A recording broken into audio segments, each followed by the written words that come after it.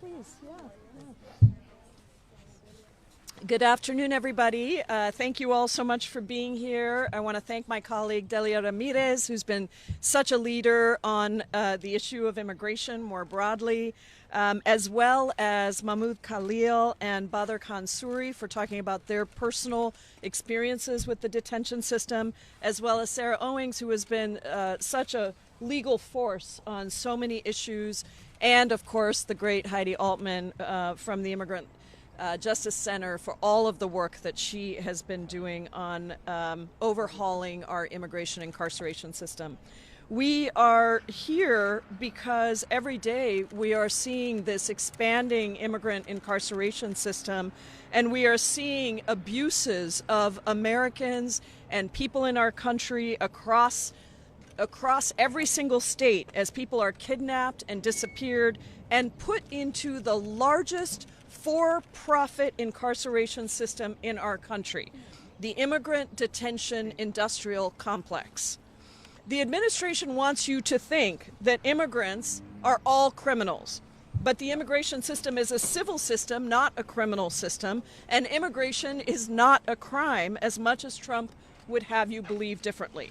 And that's exactly why the fact that it's a civil system is exactly why immigrants in detention are actually not provided with attorneys, as happens in the criminal justice system. Think about that. Immigration law is extremely complex, second only to tax law in this country. But we don't provide attorneys for people who are detained. They have to find pro bono attorneys, or they have to find the money to hire somebody. This is not a fair fight. And courts across the country are ruling against Donald Trump's mass detention and deportation policy. At least 225 judges across the country, including 23 appointed by President Trump himself, have ruled against Trump's mass detention policies, saying that they violate due process under the law. Today, Trump has locked up an unprecedented 66,000 people in the most dehumanized conditions in his push for mass deportations of immigrants of every status, a number that will only continue to skyrocket with an unprecedented $45 billion more for ICE that was included in the Republicans' big bad betrayal bill, even as they stole health care from 16 million Americans. ICE's own numbers show that 73% of those who have been detained have absolutely no criminal record. And the vast majority of the remaining 27% have minor convictions like traffic violations. Today's detention facilities function as jails. They deny due process, they disappear and move people from facility to facility to keep them from their families, to keep them from any legal representation that they may be able to get. They keep them in conditions that are rife with overcrowding, unsanitary and rotten food, and operate under no conditions at all, no standards, no accountability. Meanwhile, DHS has illegally refused to allow members of Congress to do our jobs, to conduct unannounced visits and oversight of these facilities, going as far as to arrest a member of Congress who was carrying out her legitimate oversight responsibilities. The crime of all of this is that the people who are being detained should not be detained at all. They are people with deep roots in our communities and are actively complying with immigration obligations and contributing to their communities. And for the vast majority of people, detention is simply not necessary. There's abundant research and past programs that show that community-based alternatives to detention and case management are the best means to ensure compliance with immigration proceedings at a fraction of the cost of detention. But instead, for-profit detention centers are minting money, and DHS is now handing out no-bid contracts to companies with zero experience and zero accountability, all to pad their profits at taxpayer expense. A shocking and record-breaking 23 people have already died in immigration detention just this year under the Trump administration. Not only is ICE not reporting these deaths as they are legally required to, they also seem to be flat out lying about these cases. Chao Fang Gay died in ICE custody on August 5th. According to ICE, he died by suicide. But according to his attorney, he was found with his hands and feet tied. Both of these things cannot be true. We are here today to say enough. Our Dignity for Detained Immigrants Act has a remarkable, unprecedented 123 original co-sponsors. Before we've even introduced it, 123 co-sponsors, and it overhauls the detention system. It drastically scales back the use of detention. It ensures that every single immigrant who is in detention has their human and civil rights protected. Our bill also phases out the use of private for-profit detention centers. It prohibits the detention of children and families and makes it harder to detain primary caregivers and vulnerable people like pregnant women or seniors or workers who are whistleblowing on unscrupulous employers. It requires DHS to allow members of Congress to do our jobs and conduct those unannounced inspections that hold these facilities accountable. As an immigrant myself, who came to this country by myself when I was 16 years old with nothing in my pockets, now the ranking member of the Immigration Subcommittee in Congress, this bill and this issue is deeply important to me.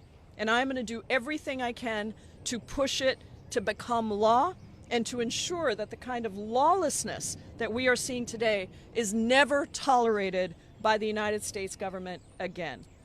Thank you all for being here, and now it is my great honor to introduce my colleague, my sister in the struggle, an incredible champion on immigration issues as well as many others, Representative Delia Ramirez from the great state of Illinois.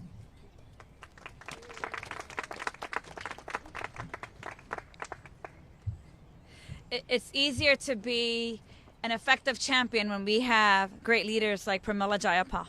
So thank you. Well, it's really good to be standing here today in solidarity with the Congresswoman and advocates to introduce the Dignity for Detained Immigrants Act.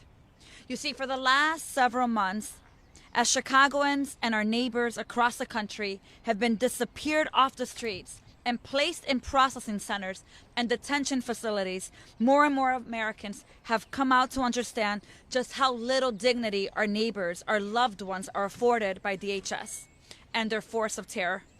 Since DHS's inception, immigration detention has been dehumanizing. Detention facilities have been unsafe, inappropriate, inadequate. Too few people receive the necessary medical care that they need. Too many people die in ICE detention, and too much happens in the shadows of very little oversight. As a member of the Committee on Homeland Security, I am clear that the Department of Homeland Security must be held accountable for these gross, unconscionable failures. They have never demonstrated a commitment to our rights, to due process, to the rule of law, or to human dignity. But I'm also very clear that Trump, that Noam, that Bovino, that Homan, and all of the authoritarians and criminals in this administration, they want our lives. They want our labor. They want our freedoms.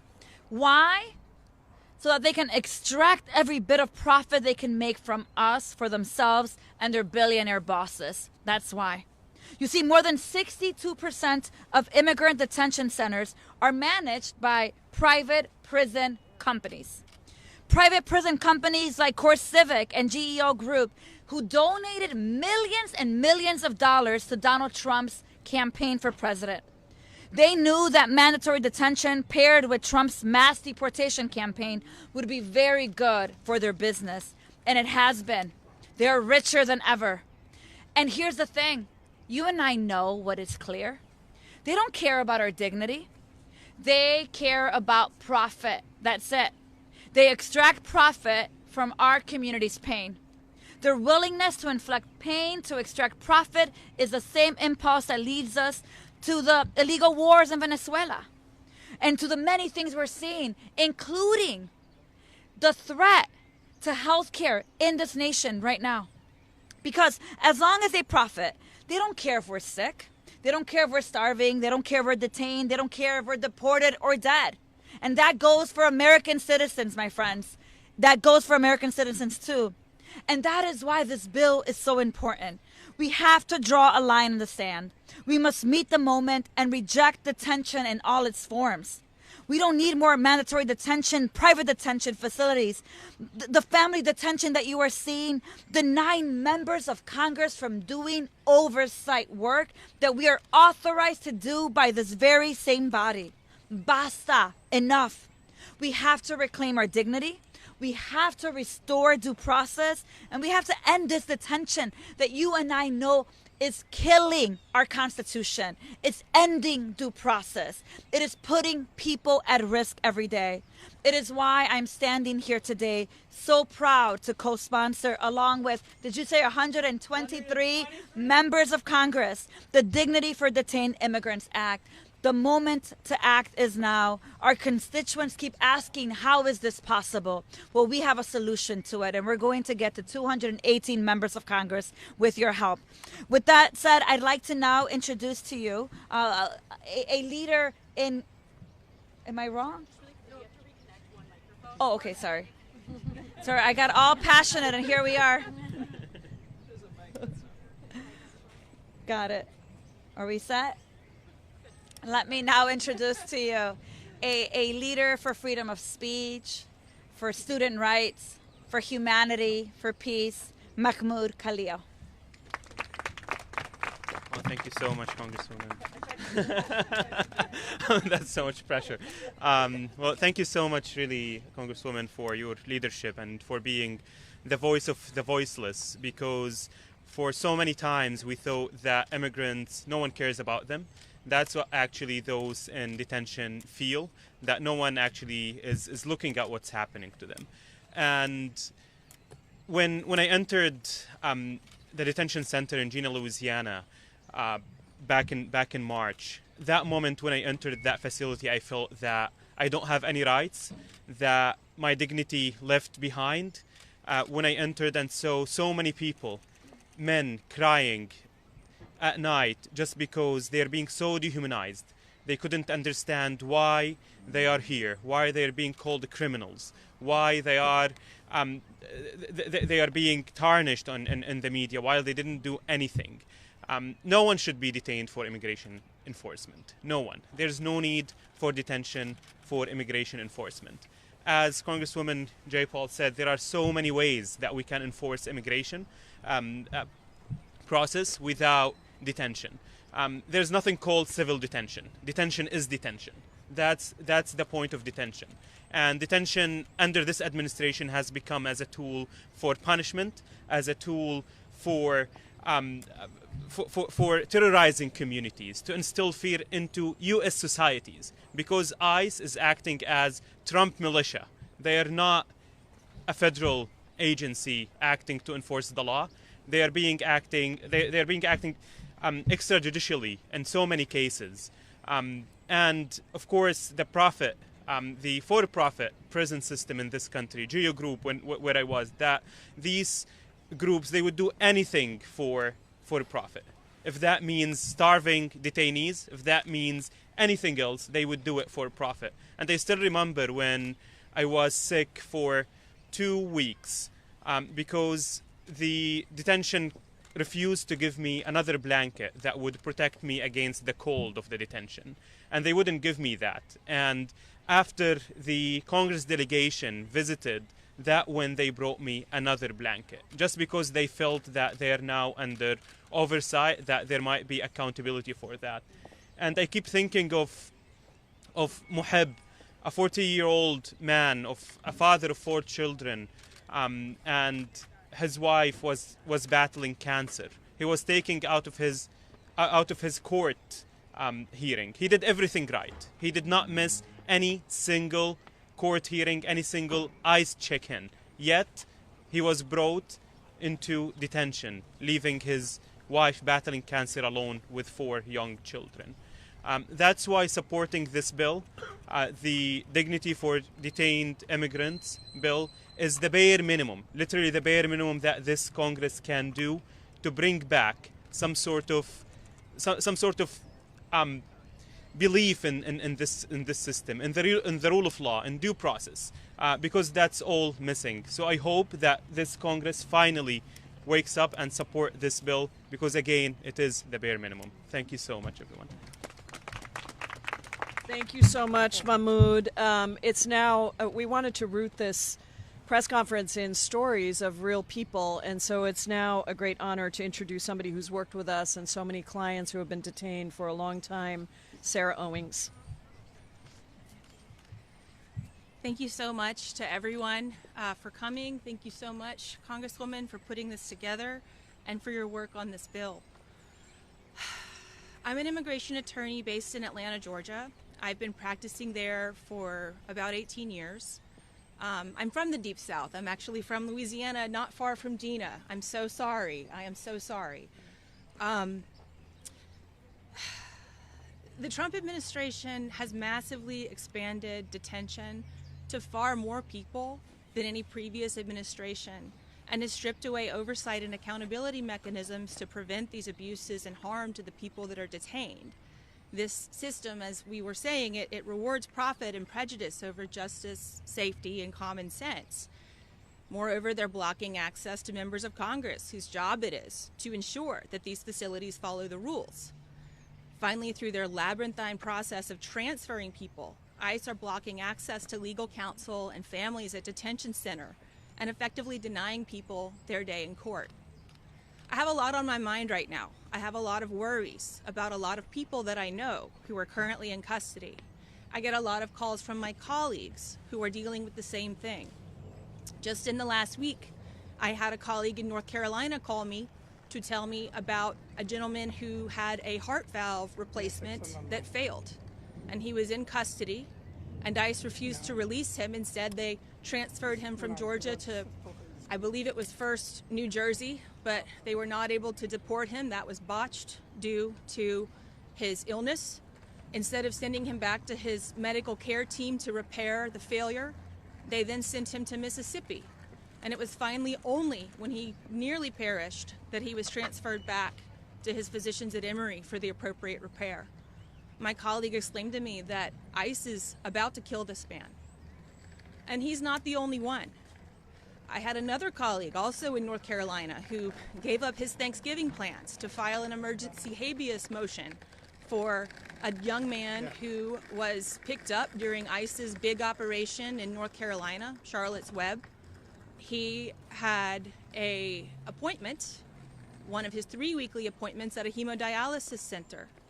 He was picked up on his way there, and he was denied that round of care that he required. He was told by ICE, well, the best way that you can get dialysis, the quickest way you can get that is if you sign this paper to go to Honduras right now. That was without the advice of counsel. That was without any access to information and knowing that the clock was ticking.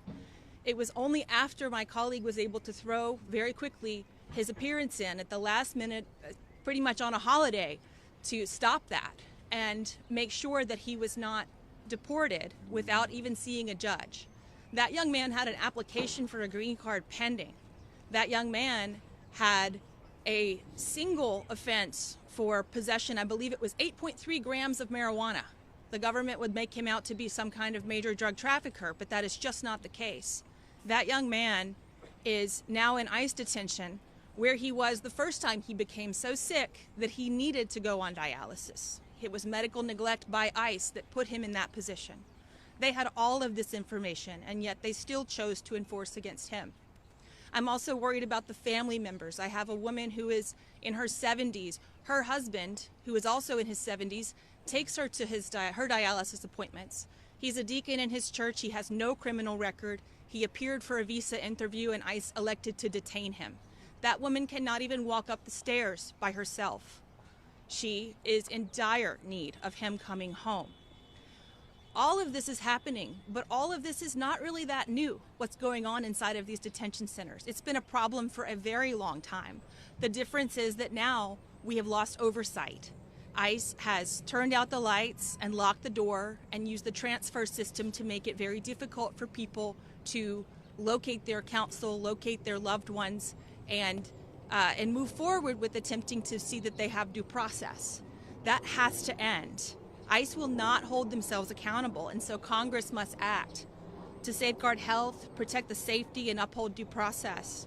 I urge more people to sign up for this bill, to call their congresspeople, let them know that they support this, that nothing else will fix it unless Congress acts. Thank you. Thank you so much, Sarah. We have another just remarkable and horrific story. I'd like to introduce Dr. Badr Khan Suri, who is a professor and has been doing so much in the academic world and also has his own detention story. Thank you very much. Thank you, everyone, to be here. And I must say that I am really overwhelmed with gratitude that Congresswoman Jayapal, you have introduced such a important bill, which we really need, which everyone needs. Thank you for this timely intervention. When we need empathy and mature resolution of issues in this crisis. We know that civil detention requires standards in place. There needs to be accountability in the system. Without accountability, no system prevails. We know that these facilities must show some compliance based on these standards. Detention facilities cannot be used for abusing human rights, basic rights. I mean, these for-profit entities should know that they cannot just think of make money and inflict tyranny. They should, and everyone should know that in this country, this institution has given us constitution, due process, and nobody can whittle down that. Institutions cannot let anarchy prevail. Anarchy cannot let due process derail. And we know that Congress is supreme. We know this constitution is supreme, and that will protect us. With this, I must say that when I was abducted and I reached this ICE facilities, first they would disappear you. My family didn't know where I am for 4 or 5 days at least. I was so scared that what would happen to my kids who are also immigrants like me. And once I saw the immigration facility, I was broken by just mere sight of that, by the smell of that. There was no space to put my foot in. And then they just throw me in a storage room where I slept or maybe just lay down that night on that floor. For the first time, I saw that there are cameras over the toilet. For the first time, I realized that people have to sleep on floor where cockroaches are just roaming around. There won't be blankets. Then they just took me from one place to other without never letting me know where I am going, where they are disappearing me. Entirely Kafkaesque story. Then they put me in an aeroplane where I didn't know where it was going, but I saw that there were people like me, chained, ankle, wrist, their body chained, and we were all going somewhere, nobody know where. Sometimes I thought, because of the turbulence, that maybe they will just crash this plane and get rid of everyone. Then we landed in this Louisiana. My family never know where I am. And they just locked us. I kept on asking, can I make a call? There are phones here. They said, no, just figure out. Later I realized after 6-7 days when they put me in Texas that there need to be a pin, which they never bothered to give me.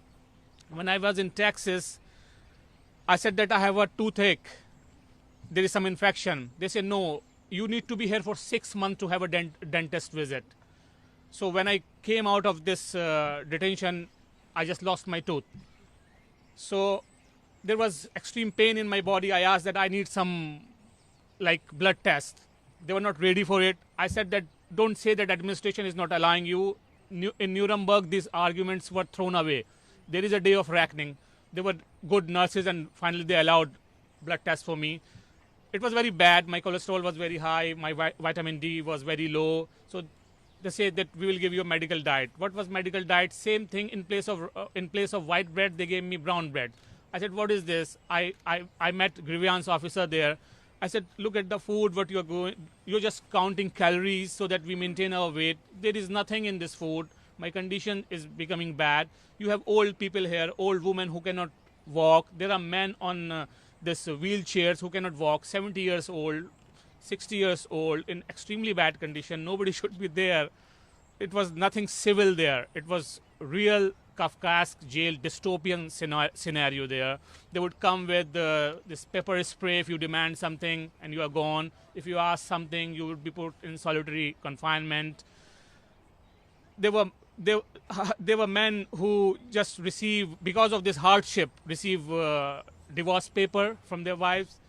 And I'm sure there are wives in the other section, in women's section, they must be receiving the same thing. There was single father who left their daughters all alone outside.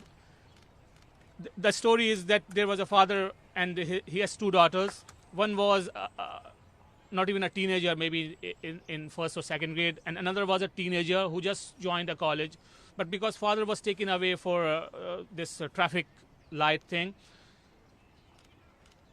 she has to drop her college and take the responsibility of a mother. And they would call that, hey father, a tree fall in our yard, what should we do? And father would say that try hard, take help of neighbor and all these things. Everybody had same stories, and people were, I didn't find, although I was put in a very high security setup, but they were all normal people. I didn't find anything wrong in them. They were just playing their normal games, talking to their family. Every day they would talk to their family, they would make video call. It was such a tough thing that these men were the one who were the breadwinners in the family, and now they are not doing their job. Their families are just asking for money here and there. The food we were getting in this detention center was extremely bad, so everybody was dependent on this because it was a for-profit industry. They were dependent on these commissaries. They have to do their shopping there, and for that they have to request money from their families. It would have been a very hard story for everyone to get that money because it has to be for every week, every day. So things were really, I mean, people were breaking down, and these men, when they were outside, they were paying taxes. They were not a burden to a society. There was a man who had, say, X number of kids. It was a big number, that's why I'm saying X. So he would say that, who would give food to my kids now? My wife never worked. I used to keep her as a princess, as a queen. And he used to cry. And there were many others who used to cry, and people were frustrated. They would share stories that, oh, my kids have sent these drawings and paintings to me, but he's not doing well at school. He's getting bad grades because I used to take care of my kid. My wife is now doing job outside. There is no one at home. This man was, say, an immigrant, but his wife was an American citizen. Kids were American citizens. Everybody is suffering now. Those bare minimum is missing.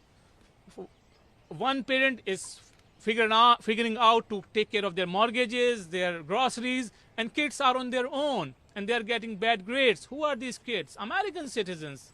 So I request everyone to think that it is not something like we are dealing of aliens who have come from Mars or something. This is about humans. America was built on immigrants. Immigrants built this country. There should be due process. Nobody can reject it. Nobody should dare to think that one can reject it. There is free speech. And we should really think that we should, when we think about these detainees who are just fellow humans, I mean, if they are not citizens yet, they are spouses of the citizens. They are parents of citizens. So I'm extremely, to cut it short, extremely thankful to Congresswoman to do this remarkable job, and we are extremely proud of this, and we know that this institution will always make justice for everything. Thank you very much. So powerful. Thank you so much, Dr. Suri, and thank you for sharing the universal lack of humanity that is present in these detention centers. Our final, but certainly not least speaker, has been working on this issue in every capacity for many, many years. We are so grateful to you, Heidi Altman from the National Immigrant Justice Center. Thank you, Congresswoman. What a privilege to be here today to celebrate the reintroduction of this bill. And I would also like us together to reaffirm that one day it will become law. And we will be here, and we will celebrate that day, and we will be fighting together until it happens. I'm the Vice President of Policy at the National Immigration Law Center, where we advocate for justice for low-income immigrants. And for about 20 years, like Sarah, I have represented and advocated for and alongside people who have survived or are surviving the United States immigration detention system. One thing I know for sure, immigration detention is designed to break the spirit of the people inside its walls. And you heard that firsthand today. Every person inside an ICE jail or prison is separated from their families. This is an intentional form of family separation. The vast majority of them are unable to find a lawyer, and despair often forces them to give up their rights and accept deportation. Make no mistake, this is not a byproduct of the system. It is the intended consequence. This is the case today, and it was the case back in the 1980s when the immigration detention system as we know it today first began to grow, fueled then and now by the greed of private prison executives and by fear of people who our government tells us are the other, but are not. So who are the tens of thousands of people stuck in ICE prisons and jails as we stand here today? Our neighbors, our friends, our colleagues, our children's teachers. Because of their place of birth, they are enduring so many horrors, and you have heard some of them today firsthand. They are enduring medical neglect. They cannot get treatment for the cancer they were diagnosed with before they were detained. They are thrown in solitary confinement when they dare to complain about the horrible treatment they are enduring. They are fed food with worms, torn from their children and their livelihoods. They are called names and racist slurs by the officers, and if they happen to be a member of the LGBT community, they will almost certainly face harassment, assault, or worse. But we're here today because we know it can be different. We know study after study, as you've heard, shows that immigrants voluntarily appear for their immigration court cases.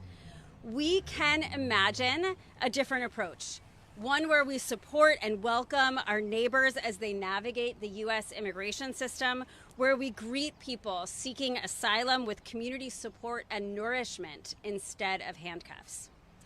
And we are so lucky that Congresswoman Jayapal has this vision, and that she and Congressman Smith have been championing this vision for years with this critical bill, and we are beyond grateful for your leadership and your perseverance. At the National Immigration Law Center, we're so proud to endorse the Dignity for Detained Immigrants Act and proud to call very loudly today on every member of Congress to sign on today. Thank you to the members who are here today, to my fellow speakers who are here fighting for dignity. We know you won't give up. Thank you. Thank you so much, Heidi. Tomorrow we'll have our fifth shadow hearing that I lead as ranking member of the Immigration Subcommittee, and it's specifically on detention. I hope you all will cover that as well. Happy to open it up for questions if anyone has them.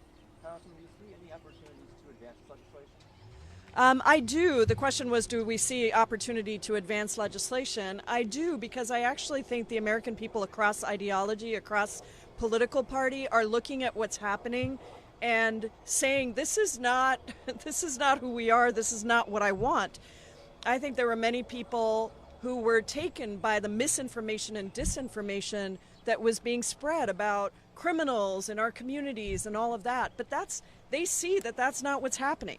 And so there is a renewed interest in understanding how this could possibly be happening in our streets, at our schools, at our community centers, and seeing people like those that you heard about today, heard from and heard about today, who have done absolutely nothing wrong and defy all of the stereotypes and misinformation that are being put out there. So I think that the American people don't like this, don't want this. And my hope is that we will get some courageous Republicans on the other side to say, this is not how we should do this. But in the meantime, look, we're going to push forward because Congress is often behind the American people, but we need to continue the momentum. And this is quite I know for you all cover Congress, you know that getting a bill on immigration with 123 co-sponsors from the get-go on reforming the detention system is not an easy thing, but I think a lot of people are horrified by what they've been seeing. Congresswoman, this is a reintroduction of legislation from 2023. What has changed, if anything, in it, and do you have any? We've added some provisions to respond to the things that we're seeing, because obviously it's the massive increase in using mandatory detention. So the repeal of mandatory detention, the provision, which really shouldn't be necessary, but we put it in anyway, around oversight, has been very important. The categories of expanded vulnerable populations, because we're seeing people being picked up who are sole caregivers, a number of those things we've strengthened because we're seeing the abuses by this administration. And I think that, you know, the phase out of private for-profit detention centers, that has always been a part of this, just as we phased out of the criminal justice system, if you remember, with bipartisan support, because it's actually more expensive for taxpayers to do this than to do the kinds of alternatives that we are proposing. So this was an issue you saw during the last administration as well when it came to... We've seen a continuation of expansion, as Heidi said, of the for-profit detention center, but it has never been at the level that it is today with the resources and the lack of accountability of today. It is quite significantly different, but it is built on a system that has been in place and unfortunately now given enormous resources and rhetoric to expand.